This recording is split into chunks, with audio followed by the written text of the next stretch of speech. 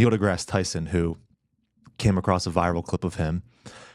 He has an argument from suffering claiming that God is all powerful and all good. The evidence against that is suffering within the world. So the evidence against God being all powerful and all good is that there is suffering in the world. You have children getting leukemia, you have tsunamis killing hundreds of thousands of people. So he's using suffering as evidence that God is not all good. Yeah. And that's, I think that's the biggest argument. I mean, I think that's the biggest existential argument of God. It's not so much a rational argument against God. It is kind of like a visceral, emotional argument against God. Right. And I think that we all feel it, and I've certainly felt it at times. And some people feel that argument and then capitulate to it. I think that intellectually we've just given the answer already. We've just explained that suffering is necessary for love. That will not always work emotionally when people are going through suffering, though. Hard suffering. Yeah, hard suffering. But I do find a lot of encouragement. You mentioned Viktor Frankl in the book that you're writing, and 100% on Viktor Frankl. I encountered him in my sophomore year of college when I was taking a psychology course, and my psychology professor looked at my record, and I had a really good academic record. He said, you're not the typical student. I'm going to give you some freedom to just study what you want. And you could kind of this could be a self-study course for you. So, went on, I asked for some suggestions. He said, why don't you look into this thing, logotherapy? It's founder Viktor Frankl. So I got his book, Man's Search for Meaning. Apart from the Bible, that may be the most powerful book that I've ever read in my life. Same. Yep, yeah. Same. It's at least got to be the top 5. And that book absolutely convinced me that materialism is false, that we're not just matter and energy, that we have what we typically call a soul, and that human beings, Nietzsche's argument was that the fundamental desire of the human person was power, and so it was a power philosophy. And of course that was manifest politically in Nazism. And then Freud argued that the fundamental desire of the human being was sexual pleasure, and that's basically the sexual revolution is the product of Freud's thought. But opposed to them is Frankl, and I think Frankl hit it correctly, and his argument is man's fundamental urge is for meaning. But meaning, purpose and meaning, central human motivational force. But that gets to love, that gets to love, because when we start unpacking, what does he mean when he says that we want meaning? It's finally going to come out that what we're looking for is love. Mm-hmm.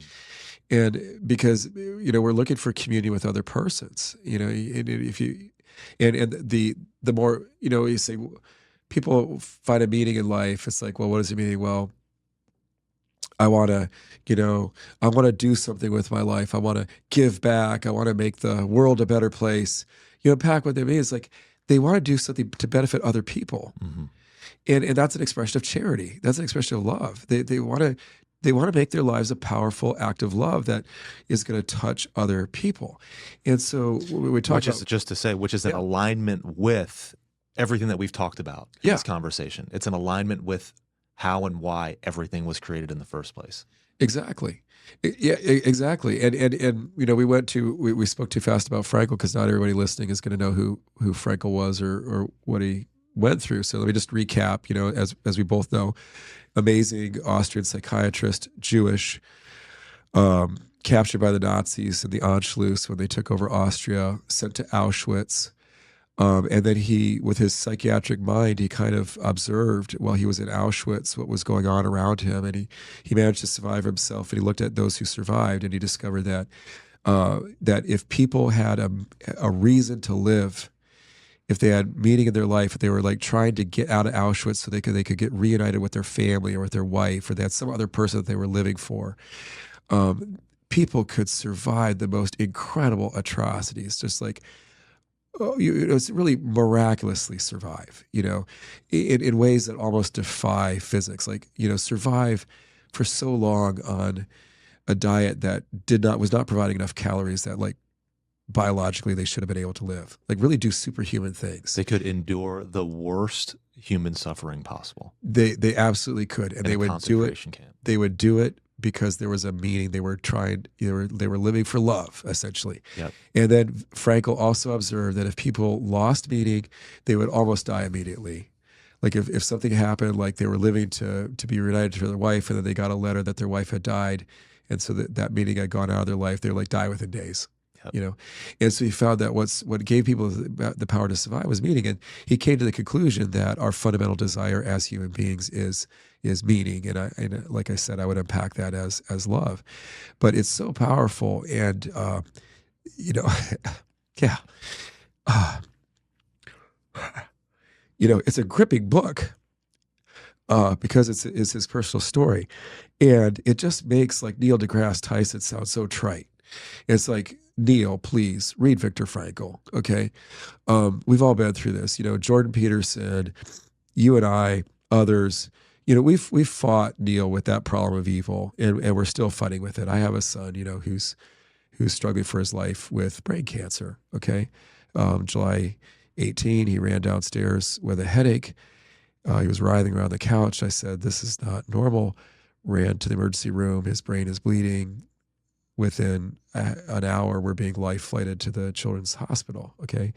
And my son is in the throes of a life and death battle right now with brain cancer. And we're, constantly praying and doing everything that we can biologically, to put him in the best place to survive.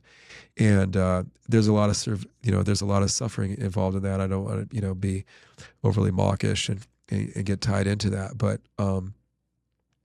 we have all had suffering, so Neil, it's not like we don't it's not like we as religious believers, Neil, don't understand what suffering is like and haven't undergone it. Okay. But we've thought about it doesn't make us question our faith either. Right. And it doesn't mean it doesn't put us through dark places. Yeah.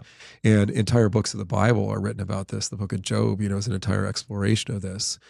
But the problem is if you just give up, then you're lost in nihilism and meaninglessness, and there's something naturally abhorrent about that in our person, and we're like, well, that's awful, and so the only positive way of handling that is to place one's faith in God and to trust in the darkness when you can't see rationally or logically, maybe in all circumstances, how this could ever possibly be meaningful.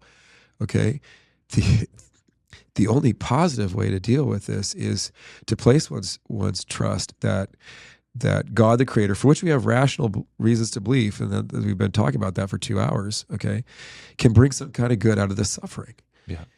And the alternative is capitulation to misery and meaninglessness.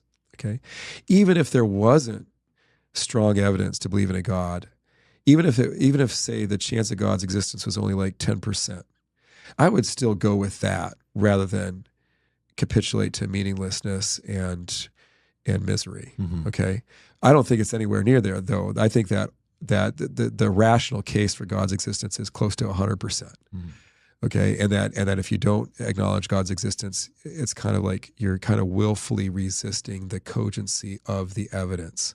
You're kind of like willfully running from what the evidence is pointing to.